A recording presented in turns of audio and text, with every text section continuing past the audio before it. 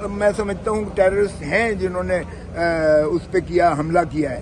یہ کون ہے جنہوں نے آئین پہ حملہ کیا ہے؟ یہ کون ہے جنہوں نے قانون پہ حملہ کیا ہے؟ یہ کون ہے جو عدالتوں کو تضحیک کر کے جوتے کی نوک پر رکھتے ہوئے ہیں؟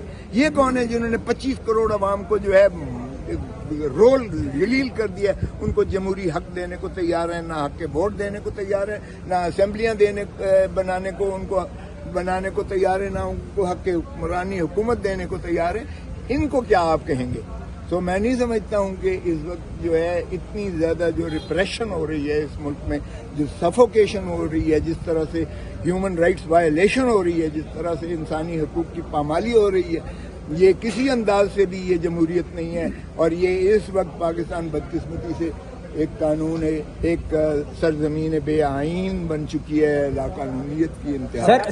سر بطور قانون دان، بطور سیاستدان، اس موجودہ صورتحال میں جو سیاسی اور معاشی صورتحال ہے اس کا آپ کیا حل سمجھتے ہیں؟ دیکھیں، اس کا معاشی حل جو ہے ظاہر ہے کہ پاکستانی بنو، دھرتی ماں سے پیار کرو.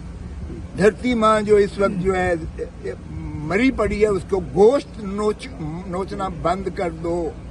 عوام سے پیار کرو، ریاست سے پیار کرو، اور عوام کو حق دو، ان کے آئینی حق دو.